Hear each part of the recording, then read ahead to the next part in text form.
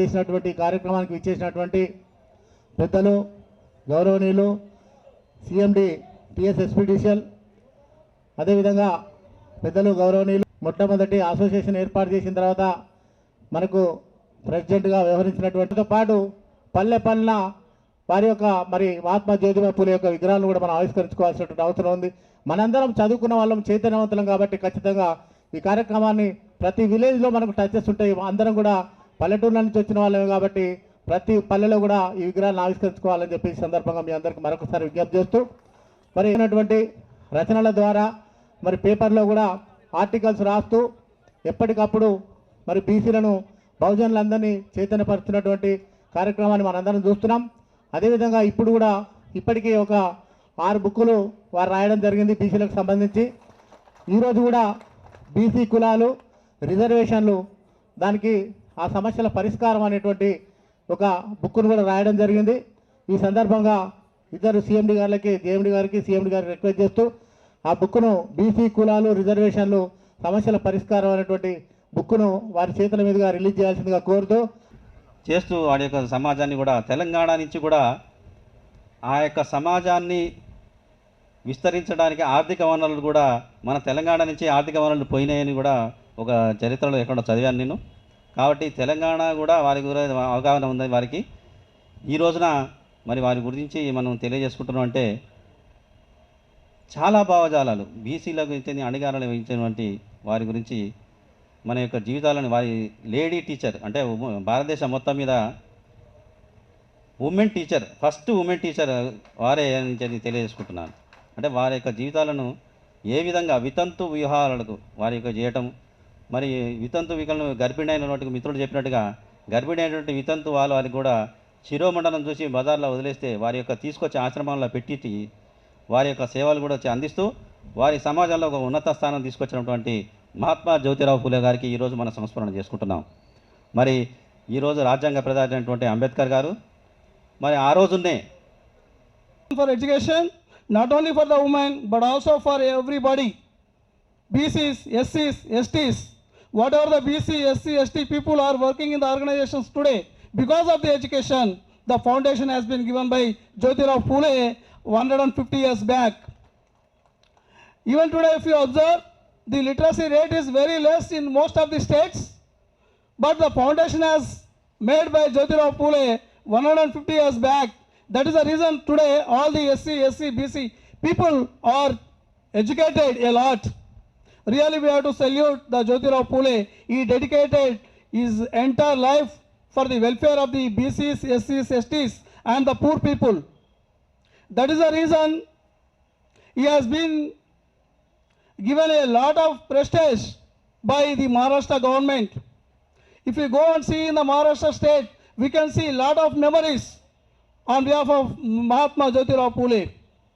ఇది కార్యక్రమానికి వారి యొక్క అమూల్యమైన సమయాన్ని కేటాయించి విచ్చేసినందుకు గౌరవనీయులు పెద్దలు సిఎండి ఎస్పీడీసీఎల్ రఘుమారెడ్డి గారికి మరియు గౌరవనీయులు పెద్దలు శ్రీనివాసరావు గారికి, జేఎండి ట్రాన్స్కో, అదేవిధంగా మన రాష్ట్ర ప్రధాన కార్యదర్శి ప్రెసిడెంట్ అశోక్ కుమార్ గారికి, అదేవిధంగా జ్యోతిరావు పూలే జయంతి శుభాకాంక్షలు తెలియజేస్తున్నాం. ముఖ్యంగా చాలా మన మిత్రులు ఇప్పటికీ పూలే గారి జీవిత చరిత్ర కానీ, సావిత్రిబాయి పూలే కానీ ఎంతో సేవ చేసిండ్రు మన సమాజానికి, భారత సమాజానికి అనేది చాలా విషయాలు చెప్పారు. రిపీటెడే కాకుండా మనం ముఖ్యంగా మహనీయుల యొక్క జయంతులు కానీ, వర్ధంతులు కానీ ఎందుకు చేస్తామంటే వారు చేసినటువంటి, దేశానికి చేసినటువంటి సేవ, వారి యొక్క సిద్ధాంతాలు, వాళ్ళ యొక్క ఆశయ లక్ష్యాలను చేయడం కోసము మన వంతు బాధ్యతగా మన జీవితంలో పనిచేయాలనే ఉద్దేశంగానే ఈ జయంతి కార్యక్రమాలు కానీ, వర్ధంతి కార్యక్రమాలు చేస్తూ ఉంటాం. మనం ఒక్కసారి భారతదేశాన్ని కనుక మనం చూసినట్లయితే చతుర్వర్ణ వ్యవస్థ, దాని ద్వారా నిచ్చెన మెట్ల కుల వ్యవస్థ, ఆ కుల వ్యవస్థతో లోపల ముఖ్యంగా శూద్రులు కొన్ని వేల సంవత్సరాలుగా విద్యకు దూరమయ్యారు. ఎందుకంటే మనుధర్మ శాస్త్రం కానీ, ఋగ్వేదము, ఉపనిషత్తులు ఇవన్నీ కూడా మనం ఎంతో ప్రాముఖ్యతతోటి మనము నమ్ముతూ ఉంటాం. కానీ వాటి ద్వారా ఈ భారతదేశంలో శూద్రులు కొన్ని వేల కులాల వాళ్ళు విద్యకు కొన్ని వేల సంవత్సరాలు దూరమైండు.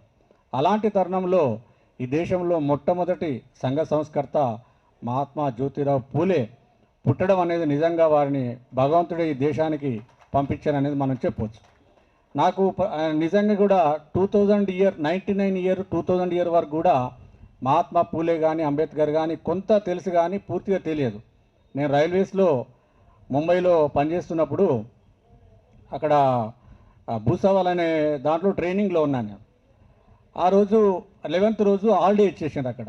ఆ ట్రైనింగ్ ఇన్స్టిట్యూట్ అంతా హాలిడే. మేము ఆ టౌన్కి వెళ్ళామంటే పెద్ద ప్రొసెషన్ ఒక హోలీ పండుగలాగా నడుస్తూ ఉంది. ఏంటి అంటే ఏప్రిల్ 11th అంటే మహాత్మా పూలే జయంతి బర్త్డే సెలబ్రేషన్స్ అని చెప్పిండు. 14th రోజు కూడా అదే జరిగింది, అంబేద్కర్ జయంతి రోజు. ఆ రోజు నేను వీళ్ళ యొక్క జీవిత చరిత్ర కానీ వాళ్ళ యొక్క సమాజానికి చేసినటువంటి సేవను స్టడీ చేయడం జరిగింది. ఆ రోజు నుంచి అంటే నేను నిజంగా కూడా గ్రామీణ వ్యవస్థ నుంచి ఒక చిన్న పేద కుటుంబంలో పుట్టి ఈ కుల వివక్షత అనేది డైరెక్ట్గా అనుభవించి వచ్చిన కాబట్టి నా వంతు బాధ్యతగా ఈ సమాజంలో పనిచేయాలని అనుకోవడము, నాకు అనుకోని పరిస్థితుల్లో మన అసోసియేషన్లో జాయిన్ కావడము, మీరందరి సహకారంతో ఈ విధంగా కొంతవరకు నాకు సాధ్యమైనంత వరకు సేవలు అందజేస్తున్నాను. మనము భారతదేశం కుల వ్యవస్థ, ఈ కులాలు ఇవన్నీ కూడా ఏంటంటే ఇవి తరతరాలుగా వచ్చినాయి కాబట్టి ఇవాళ ఒక్క రోజుతో పోయేటివి కాదు. మన యొక్క అందరి బాధ్యత. కుల నిర్మూలన అనేది మన యొక్క అందరి బాధ్యత.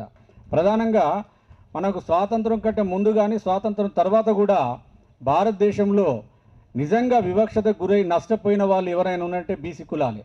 స్వాతంత్రం మనకు సిద్ధించినాక కాన్స్టిట్యూషన్ మనము ఫ్రేమ్ చేసుకొని రాజ్యాంగాన్ని అమలులోకి తెచ్చుకున్న తర్వాత ఆ రాజ్యాంగం లోపల హక్కులు షెడ్యూల్ కాస్ట్ వాళ్ళకు, షెడ్యూల్ ట్రైబ్ వాళ్ళకు విద్యా, ఉద్యోగ, రాజకీయ, ఆర్థిక రంగాలలో వాళ్ళకు రిజర్వేషన్లు కల్పించారు. కానీ ఆ రోజు బీసీలకు కల్పించలేదు. ఆనాడు జరిగిన అన్యాయము ఇంకా మనకు రాజకీయ రంగంలో రిజర్వేషన్ లేవు, విద్యారంగంలో రిజర్వేషన్ లేవు, ఉద్యోగ రంగంలో కూడా మన యొక్క ప్రాతినిధ్యం మొత్తం జనాభా 50% పైగా ఉన్నప్పటికీ మన యొక్క ప్రాతినిధ్యం లభించలేదు. మరి దీనికి ఏం చేయాలంటే రాజ్యాంగాన్ని సవరణ చేసి, ఎందుకంటే ఇది కుల వ్యవస్థ, కుల సమాజం, కులాల వారీగా రిజర్వేషన్లు ఉంటే తప్ప ప్రాతినిధ్యం రాదనేది ఈ 70 సంవత్సరాల స్వాతంత్ర దేశంలో మనకు అర్థమవుతూ ఉన్నది. కేంద్ర ప్రభుత్వంలో ఉద్యోగుల లెక్క కనుక తీసినట్లయితే ఓబీసీ జనాభా, ఓబీసీ ఉద్యోగుల సంఖ్య 27% ఉంది. అదే రాష్ట్ర ప్రభుత్వంలో 1972 నుంచి రిజర్వేషన్లు ఉన్నాయి కాబట్టి ఇక్కడ 30 నుంచి 35% చేరుకున్నాం. అదే కేంద్ర ప్రభుత్వంలో 21% అన్ని కేటగిరీ కలిపితే ఇంకా ఐఏఎస్, ఐపీఎస్ కానీ సివిల్ సర్వీసెస్లో 14% రిప్రజెంటేషన్ ఉంది. ఈ విధంగా మనకు రావాల్సినటువంటి హక్కుల కోసం మనం పనిచేయాలంటే ఉద్యోగులుగా ప్రధానంగా 2 బాధ్యతలు ఉన్నాయి మన పైన. ఒకటి ఉద్యోగ బాధ్యత, ఉద్యోగాన్ని మనం నిర్వర్తిస్తూ మన సంస్థలను ముందుకు తీసుకెళ్లడం ఒకటైతే, రెండవది సామాజిక బాధ్యత. ఎందుకంటే మనం విద్యావంతులుగా మనకు బాధ్యత లేదని కనుక ఈ సమాజాన్ని వదిలేసినట్లయితే మన భావితరాలు మనల్ని క్షమించే అవకాశమే లేదని ఈ సందర్భంగా తెలియజేస్తున్నాను. అదేవిధంగా ఇవాళ మన తెలుగు రాష్ట్రంలో 2 తెలుగు రాష్ట్రాలలో ఆనాడు బత్తుల రామయ్య గారు, వెంకన్నగౌడ్ గారు, మేము విజయకుమార్ గారు, కొమరవెల్లి రవీందర్ గారు అనేక మంది నాయకులను కలిసి విద్యుత్ సంస్థలలో మన ఒక అసోసియేషన్ స్థాపించి గుర్తింపును సాధించుకొని ట్రేడ్ యూనియన్లకు కానీ ఇతర అసోసియేషన్లకు సమానంగా ధీటుగా మనం పనిచేసే పరిస్థితిలో మీ అందరి సహకారంతో ఈ అసోసియేషన్ ముందుకు తీసుకెళ్తా ఉన్నాం. ఖచ్చితంగా మన యొక్క హక్కులను సాధించుకోవడానికి ముందుకెళ్ళాలి. ప్రధానంగా మేనేజ్మెంట్ నుంచి ఇలా ట్రాన్స్కో జేఎండి గారు మన వేదికపై ఉన్నారు. అదేవిధంగా గౌరవనీయులు సీఎండి గారు రఘుమారెడ్డి గారు కూడా వేదికపై ఉన్నారు. మన యొక్క ప్రధాన డిమాండ్ ఈ మధ్య జరుగుతున్నది ఏంటంటే 2 అంశాలు. ఇప్పుడు ప్రమోషన్లలో రిజర్వేషన్లు 2003లో ఎస్సీ ఎస్టీ సహ ఉద్యోగులకు ప్రమోషన్లలో రిజర్వేషన్లు రాష్ట్ర ప్రభుత్వం తీసుకొచ్చింది. 2003 నుంచి మన విద్యుత్ సంస్థలలో అమలు చేస్తూ ఉన్నారు.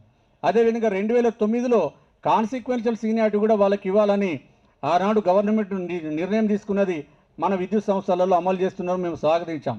కానీ తర్వాత 2006లో Nagaraju versus Union of India case కానీ, జర్నల్ సింగ్ వాడి కూడా 2006 నుంచి సపోర్టుగా కలిసి పనిచేస్తూ ఉన్నాము.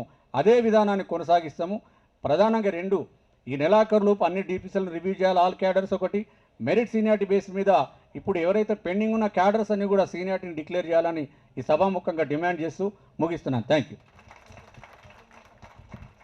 జ్యోతిరావుబాయి ఫూలే 196 జయంతి ఉత్సవాలకి తర్వాత జ్యోతిబాయి ఫూలే, సావిత్రిబాయి ఫూలే విగ్రహ ఆవిష్కరణ, కుమారస్వామి గారు రాసిన బీసీ కులాలు, రిజర్వేషన్లు, సమస్యలు, పరిష్కారం పుస్తకావిష్కరణకు వచ్చిన పెద్దలు సిఎండి ఎస్పీడీసీఎల్ శ్రీ రఘుమారెడ్డి గారు, జనరల్ సెక్రటరీ ప్రెసిడెంట్ కుమారస్వామి గారు, జనరల్ సెక్రటరీ వెంకన్నగౌడ్ గారు, ఫౌండర్ ప్రెసిడెంట్ రామయ్య గారు మరియు సహోద్యోగులు అందరికీ నా నమస్కారాలు. జ్యోతిబాయి ఫూలే గారి గురించి, వారి జీవిత చరిత్ర గురించి ఆయన ఒకటి ఏంటంటే, ఈరోజు మనము గత 12,000 సంవత్సరాల మానవ చరిత్ర చూస్తే జియాలజీలో దాని హీలియోసీన్ పీరియడ్ అంటారు. చాలా సొసైటీస్లో చాలామంది సంఘ సంస్కృతులు పుట్టుకొచ్చారు. కొంతమంది వాళ్ళ ఆలోచన విధానాన్ని పుస్తకాల రూపంలో కానీ వేరే అదర్ మీన్స్లో ప్రచారం చేశారు. ఫిలాసఫర్స్ ఆర్ రైటర్స్ అంటారు. అలానే కొన్ని సొసైటీస్లో కొంతమంది యాక్టివిస్టులు వచ్చారు. కానీ ప్రాబబ్లీ మొట్టమొదటిసారిగా ఒక philosopher, thinker, writer and activist అన్నీ ఉండి ఒక సమాజం మార్పు కోసం సాధించిన ఒకే ఒక వ్యక్తి శ్రీ జ్యోతిబాయి ఫూలే గారు. ఈరోజు హిందూ సమాజంలో ఈ మాత్రము మార్పులు మనం చూడగలుగుతున్నామంటే ఆయన వేసిన పునాదే కారణం. ఆయన ఎడ్యుకేషన్కి ఇచ్చిన ఇంపార్టెన్స్ మీ అందరికీ తెలుసు. ముందు నుంచి కూడా కంపల్సరీ ప్రైమరీ ఎడ్యుకేషన్ కావాలి అందరికీ, కంపల్సరీ ప్రైమరీ ఎడ్యుకేషన్ 150 సంవత్సరాల క్రితమే చెప్పారు. అలానే అణగారిన వర్గాల వారికి ఎడ్యుకేషన్ తీసుకోవడంలో ఉన్న సమస్యలను గుర్తించి వాళ్ళకి స్పెషల్ బెనిఫిట్స్ ఇవ్వాలని చెప్పారు. అదే 160 సంవత్సరాల తర్వాత కాన్స్టిట్యూషనల్ మార్పుల ద్వారా ఈరోజు అందరికీ అటువంటి రిజర్వేషన్స్ ఇవ్వడం జరిగింది. సో దీని అంతటికీ చూస్తే ఆయన ఎంతవంటి ఫిలాసఫర్, థింకర్ మన అందరికీ అర్థమవుతుంది. ఇంకా ఆయన సాధించిన మొదలుపెట్టిన ఈ సత్యశోధక సమాజ్ గురించి మనం చాలామందికి తెలుసు. సమాజంలో అణగారిన వర్గాల గురించి, రైట్స్ గురించి, ఈక్వాలిటీ గురించి చాలా ఫైట్ చేశారు. దానితో పాటు ఆయన చేసిన గొప్ప విషయం ఏంటంటే promoting rationality in the society. మనము సొసైటీలో లాజికల్ ఆర్ రేషనల్ థింకింగ్ మనము ప్రాపగేట్ చేయనంత కాలము చాలా వర్గాలు, అణగారిన వర్గాలను మిగిలిపోతాయి. కాబట్టి ఆ రేషనాలిటీ అనేది తీసుకురావాలని చెప్పి గట్టిగా సాధించారు. ఈరోజు మనము మన సమాజంలో గత 20-30 ఏళ్ళ వచ్చిన మార్పులను చూస్తే ఈ రేషనాలిటీ అనేది ఎంత అవసరమో ఈరోజు మనకి తెలుస్తుంది. ఒక 2 భావజాలాల మధ్య పోరాటం జరుగుతుందని చాలామంది చెప్తున్నారు గత 20-30 ఏళ్ళ నుంచి. ఆ భావజాలాలు ఏంటో మీకే తెలుసు. సో ఏ భావజాలం ద్వారా ఈ బహుజన అణగారిన వర్గాలకి న్యాయం జరుగుతుందో ఆ భావజాలాన్ని తెలుసుకొని ముందుకు పోవాల్సిన అవసరం చాలా మనకి అందరికీ ఉంది. అయితే ఒక అన్ఫార్చునేట్ థింగ్ ఏంటంటే జ్యోతిబాయి ఫూలే గారు కానివ్వండి, వేరే వాళ్ళు కానివ్వండి, ఒక క్యాస్ట్ లేకుండా ఒక వర్గానికి సంబంధించిన వ్యక్తులుగానే చాలా ఇంకా మన సొసైటీ పరిగణిస్తుంది. చాలా తప్పు అది. ఆయన భావజాలాన్ని కానీ, ఆయన చేసిన పనులు కానీ ఎంటైర్ సొసైటీ గుర్తు తెచ్చుకొని ఎంటైర్ సొసైటీ దాన్ని ఇంటిగ్రేట్ చేసినప్పుడే మనం ఆయనకి ఘనమైన నివాళి ఇవ్వగలుగుతాము. కుమారస్వామి గారి గురించి చెప్పాలంటే ఆయన ఆర్టికల్స్ నేను చాలా ఇంట్రెస్ట్గా చదువుతుంటాను. ఆయన రెగ్యులర్గా పేపర్స్లో వస్తుంటాయి. అండ్ ఈరోజు ఆ ఆర్టికల్స్ అన్నింటిని కూడా ఒక పుస్తకం ఫామ్లో తీసుకొచ్చినందుకు ఐ కంగ్రాచులేట్ హిమ్. అలానే 2-3 సమస్యలు కూడా లేవనెత్తారు. తప్పకుండా అవి ఎగ్జామిన్ చేస్తాము. ప్రాబ్లీ సిఎండి గారు కూడా ఉంటే అని చెప్పుంటే ఎవరేమో. తప్పకుండా మళ్ళీ మేనేజ్మెంట్ కమిటీలో మళ్ళీ ఒకసారి ఎగ్జామిన్ చేస్తాము. అండ్ ఈ నెల వెంకన్న గారు చెప్పినట్లు కొంత డిలే జరిగినాయి శాలరీస్ అరేంజ్ చేయడంలో. పోయిన నెల 27-28 బ్యాంక్ స్ట్రైక్స్ ఉన్నాయి. తర్వాత 1st, 2nd, 3rd కంటిన్యూస్గా బ్యాంక్ హాలిడేస్, మళ్ళీ 5th కూడా బ్యాంక్ హాలిడే. ఈ బ్యాంక్ హాలిడేస్ రావటం వల్ల మనకు రావాల్సిన రెవెన్యూస్ కానీ, మన అనుకున్న ప్రణాళికలు కానీ పూర్తిగా అమలుపరిచిన వీలవలేదు. బట్ ఇక ముందు అలా జరగదని మీ అందరికీ సభాముఖంగా హామీ ఇస్తున్నాను. నాకు చివరిగా నా ఒకే అవకాశం ఇచ్చిన అందరికీ కూడా ధన్యవాదాలు. Thank you. గవర్నమెంట్కి సంబంధించినటువంటి ప్రోగ్రాము రవీంద్ర భారతిలో జరుగుతుంది. ఎందుకంటే మినిస్టర్స్ ఎవరు, స్టేట్కి సంబంధించినటువంటి మినిస్టర్స్ ఎవరు కూడా ఇక్కడ లేకపోవడం వల్ల మరి ముఖ్యమంత్రి గారు నా సహ ఉద్యోగులారా, అధికారులారా, మీ అందరికీ ముందుగా మహాత్మా జ్యోతిరావు పూలే వారి జన్మదిన శుభాకాంక్షలు. నన్ను ఈనాటి పూలే గారి, జ్యోతిరావు పూలే గారు మరియు సావిత్రి పూలే గారి విగ్రహ ఆవిష్కరణకు జ్యోతిరావు పూలే గారు సుమారుగా 195 సంవత్సరాల కింద జన్మించి 150 సంవత్సరాల కింద ఉన్న సామాజిక పరిస్థితులను అవగాహన చేసుకొని వాటి యొక్క డెవలప్మెంట్ అంటే అణగారిన ప్రజల యొక్క అంటే అన్ని కులాలు ఒక బీసీ ఎస్సీ ఎస్టీ ఓసీ అనుకుంటే అణగారిన అన్ని కులాల వారికి ప్రాతినిధ్యం వహిస్తూ వారికి డెవలప్మెంట్ కావాలంటే ఏం చేయాలనేది బాగా ఆలోచన చేసి అందరికీ ప్రైమరీ ఎడ్యుకేషన్ కంపల్సరీ చేస్తేనే డెవలప్మెంట్ అవుతుందనే వారి యొక్క 150 సంవత్సరాల కింద తీసుకున్న డిసిషను ఈరోజు దాని పరంగా ఎంతోమంది ఎడ్యుకేట్ కావడం, అన్ని అణగారిన కులాల అందరికీ కూడా ఎడ్యుకేషన్ రావడము, మంచి మంచి ఉద్యోగాలలో మన పోస్టింగులు రావడం, మనం మంచిగా సెటిల్ కావడం జరిగింది. నేను అనేది ఏంటంటే ఈ రిజర్వేషన్లు కానీ ఏవైనా కూడా ఒక ఫ్యామిలీకి లైఫ్లో ఒకటేసారి తీసుకొని వారు ఒకసారి రిక్రూట్మెంట్ అయిన తర్వాత ఆ రిజర్వేషన్లో నెక్స్ట్ వాళ్ళు అది తీసుకోకుండా వేరే వాళ్ళకి అవకాశం ఇస్తే బాగుంటుందని నా యొక్క సలహా. అది ఎంతమందికి నచ్చుతుందో నచ్చిన వాళ్ళు ఇంప్లిమెంట్ చేస్తే చాలు. ఎందుకంటే అవకాశం ఇంకొక ఫ్యామిలీకి దొరుకుతుంది. ఇకపోతే మనందరం కూడా మనము ఎలక్ట్రిసిటీ ఉద్యోగస్తులం, విద్యుత్ ఉద్యోగులం కాబట్టి ఈరోజు ఉన్న పరిస్థితులలో ఈ నెల 8వ తారీఖు నాడు శాలరీస్ ఇవ్వడం జరిగింది. దానికి ముఖ్య కారణం ఈసారి రబీ సీజన్లో శ్రీశైలంలో వాటర్ లేకపోవడం, అంటే ఐడల్ జనరేషన్ లేకపోవడం, అంతేకాకుండా ఎక్స్చేంజ్లో ఇప్పుడు మనకు ఆల్ ఓవర్ ఇండియాలో ఎక్సెప్ట్ మన స్టేట్కు ఒక సింగరేణి కాలనీ ఉంది కాబట్టి మన స్టేట్కు కోల్ షార్టేజ్ లేదు. కానీ కోల్ మైన్స్ లేని చాలా రాష్ట్రాల్లో, ఏపీతో సహా చాలా రాష్ట్రాలలో కోల్ షార్టేజ్ ఉంది, కోల్ అవైలబిలిటీ లేదు. ఇప్పుడు మీరు మన పక్క రాష్ట్రం ఏపీలో చూస్తున్నాం, కేరళ చూస్తున్నాం. కొన్ని దగ్గర అధికార కోతలు ఉన్నాయి, కొన్ని ప్లేసుల్లో అనధికార కోతలు ఉన్నాయి. కానీ మన దగ్గరనే ఏ కోతలు లేకుండా మనము మన వినియోగదారులందరికీ నాణ్యమైన విద్యుత్తు 24 గంటల కరెంటు అందిస్తున్నాము. ఇది చెప్పడానికి మనందరం గర్వించాలి. ముఖ్యంగా మన గౌరవ ముఖ్యమంత్రి గారు వారి యొక్క ఆదేశాల మేరకు, మన విద్యుత్ శాఖ మంత్రి గారు జగదీష్ రెడ్డి గారి యొక్క సూచనల మేరకు, మన పెద్దలు ప్రభాకర్ రావు గారి ఆధ్వర్యంలో మనందరం పనిచేస్తూ మనం సంస్థను ముందుకు తీసుకెళ్తున్నాం. గత 7.5 సంవత్సరాల్లో సుమారు 8 సంవత్సరాలు, ఇంకొక 2 నెలలు అయితే 8 ఇయర్స్, ఈ 8 సంవత్సరాలలో మనం సాధించిన ప్రగతి చాలా గొప్పది. దానివలనే మనం ఈరోజు పర్ క్యాపిటా కన్జంప్షన్ ఆల్మోస్ట్ 70% పెరిగింది.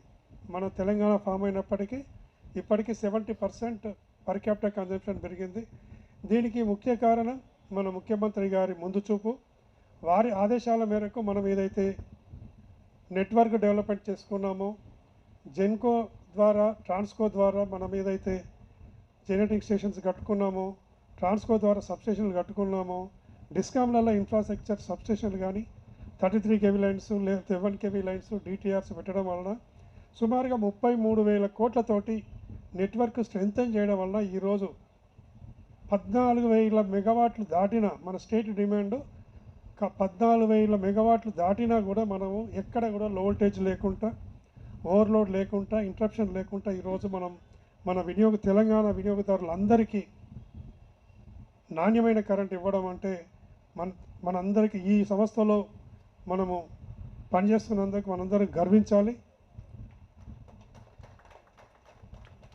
ముఖ్యమంత్రి గారు ఇచ్చిన మన టార్గెట్ ఆదేశాలు ఏవైతే మనం తూచా తప్పకుండా పాటించిన మన ఉద్యోగులందరికీ, ఇందులో పాల్పంచుకున్న ప్రతి ఆర్టిజన్ దగ్గర నుంచి చీఫ్ ఇంజనీర్ వరకు అందరికీ కూడా ఈ సభా వేదికగా నేను వారికి నా యొక్క కృతజ్ఞతలు తెలియజేస్తున్నాను.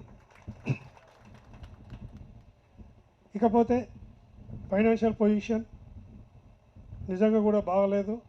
ఎందుకంటే మన గత 5 సంవత్సరాల్లో టారిఫ్ రివిజన్ లేదు, ఒక రీజను. ఇంకోటి కోల్ ప్రైస్ విపరీతంగా పెరిగిపోవడం, అలాగే కోల్ సెస్ పెంచడం, ఇవన్నీ కొన్ని గవర్నమెంట్ ఆఫ్ ఇండియా తీసుకున్న డిసిషన్స్ వలన మనకు ఇన్కమ్ కంటే ఎక్స్పెండిచర్ ఎక్కువ ఉంది. దాని వలన మనకు ఇబ్బందిగా ఉంది. అదృష్టం కొద్దీ ఈ సంవత్సరం మనం టారిఫ్ రివిజన్ కూడా జరిగింది. దానివల్ల సుమారు ఒక 5,500 కోట్లు మనకు అడిషనల్గా రెవెన్యూ రాబోతుంది. దానివల్ల కొంతవరకు మనము మన ఫైనాన్షియల్ సస్టైనబిలిటీ ఇంప్రూవ్ చేసుకోగలుగుతున్నాం. నా యొక్క విజ్ఞప్తి ఏంటంటే ప్రతి ఒక్కరు కూడా ఇందులో ఈరోజు ఇక్కడ ఉన్న వాళ్ళందరూ, ఇక్కడ లేని వాళ్ళకు కూడా మీరు చెప్పవలసింది ఏంటంటే మనం మీటర్ సేల్స్ పెంచుకోవాలి. మీటర్ సేల్స్ పెంచుకోవాలంటే థెఫ్ట్ను కంట్రోల్ చేయాలి. ఎక్కడ కూడా చిన్న పెద్ద అని లేకుండా ప్రతి ఒక్కరు ఎవరు కూడా థెఫ్ట్ చేయడానికి వీలు లేదు. ఎందుకంటే మనం కరెంటు ఈరోజు ఎలక్ట్రిసిటీ నిన్న 12 రూపాయలు యావరేజ్గా కొన్నాం. నిన్న ఒక 1 వీక్ బ్యాక్ అంటే సిఈఆర్సి క్యాప్ పెట్టకముందు 20 రూపాయలకు ఒక యూనిట్ కొన్నాం. 20 రూపాయలకు కరెంటు కొని మనం ఫ్రీగా ఎవరో దొంగతనం చేస్తుంటే మనం చూడకూడదు, చూసి ఊరుకోకూడదు. చూసిన వెంటనే మన అధికారులకు ఏఈ కానీ ఏడీ కానీ డి కానీ చెప్పి వాళ్ళపైన స్ట్రింజెంట్ యాక్షన్ తీసుకొని థెఫ్ట్ అనేది ఎక్కడ మనకు కనిపించకుండా చూడాలి. ఇది మన బాధ్యత. అప్పుడే మన మీటర్ సేల్స్ పెంచుతుంది, మన రెవెన్యూ డిమాండ్ పెరుగుతుంది. రెవెన్యూ డిమాండ్ పెరిగితే ఆటోమేటిక్గా మనకు ఫైనాన్షియల్ సస్టైనబిలిటీ వస్తుంది. మీ అందరికీ ఇక్కడ ఉన్నవాళ్ళు ఇక్కడ లేని వాళ్ళకు కూడా చెప్పండి, మీటర్ సేల్స్ పెంచడానికి మీ పరిధిలో ఉన్న ప్రతి చర్యను మీరు తీసుకోవాలి. అంతేకాకుండా మీటర్కు సీల్ వేయడం కూడా చాలా ఇంపార్టెంట్. మీటర్ సీల్ వేయకపోతే మన ఇంటికి తాళం వేయకుండా విడిచిపెట్టిపోయినట్టు ఉంటుంది. ఇంటికి తాళం వేయకుండా బయటకు పోతే ఎవరన్నా ఇంట్లోకి పోవచ్చు. అలాగే మీటర్ సీల్ అయిపోతే ఎవరైనా దొంగతనం చేయొచ్చు, మీటర్ బైపాస్ చేయొచ్చు. కాబట్టి ప్రతి మీటర్కు సీల్ చేయాలి. ఎక్కడ కూడా అన్బిల్డ్ సర్వీస్ ఉండకూడదు, థెఫ్ట్ ఉండకూడదు.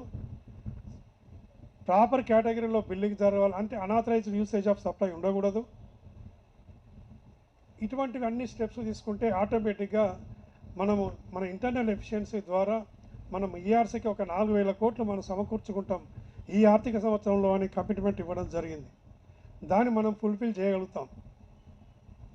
కాబట్టి మనందరం కూడా మనం ఒక ప్లెడ్జ్ తీసుకొని అందరం కూడా మన ఫైనాన్షియల్ సస్టైనబిలిటీ డెవలప్మెంట్ కోసం మన ఇంటర్నల్ ఎఫిషియన్సీ ఇంప్రూవ్మెంట్ ద్వారా ఒక 2 డిస్కామ్లు కలిపి ఒక 4,000 కోట్లు మనం అడిషనల్గా రెవెన్యూ తీసుకురాగలిగితే మనకు ఫైనాన్షియల్గా ఏ ప్రాబ్లం ఉండదు. అంతేకాకుండా మనం ఎక్స్పెండిచర్ కూడా ఏదైతే నెట్వర్క్ ఎక్కడైతే అవసరమో అక్కడనే చేయడము, ఎక్కడైతే డిటిఆర్ కెపారు consequential seniority, merit cum seniority, 2 issues గౌరవనీయులు పెద్దలు ప్రభాకరరావు గారు లేరు కాబట్టి వారు ఉంటే ఇమీడియట్గా రెస్పాండ్ అయ్యేవారు. ఇంకోటి పిఆర్సీ గురించి కూడా చెప్పడం జరిగింది. ఈ 3 డిమాండ్లు కూడా ప్రభాకరరావు గారు లేరు కాబట్టి దానికి మీకు రెస్పాన్స్ లేదు. ఆల్రెడీ జేఎండి గారు చెప్పినారు. సో దానికి అనుగుణంగా మనం ముందుకెళ్దాం. మీరందరూ కూడా మనందరం కూడా కలిసి మన 4 కంపెనీలు ట్రాన్స్కో, జెన్కర్, 2 డిస్కాములు మన ఎంప్లాయీస్ అందరం కూడా కలిసికట్టుగా మనందరం కూడా సంస్థ అభివృద్ధి కోసం పనిచేద్దాం. సంస్థ బాగుంటే మనం బాగుంటాం. కాబట్టి మనందరం సంస్థ కోసం బాగు చేస్తే ఆటోమేటిక్గా మన కోసం చేసుకున్నట్టు. కాబట్టి మీరందరూ ఆ డైరెక్షన్లో పనిచేయాలని కోరుతూ నాకు ఈ అవకాశం ఇచ్చిన మీ అందరికీ మరొక్కసారి లోడ్ బడ్జెట్ కనబడుతుంది. కాబట్టి వీటన్నిటిని కూడా తప్పకుండా మరి మీ ఆధ్వర్యంలో మీ యొక్క నేతృత్వంలో తప్పకుండా ఈ సంస్థను ముందుకు తీసుకుపోవడానికి మేమందరము కృషి చేస్తామని చెప్పేసి తెలియజేస్తూ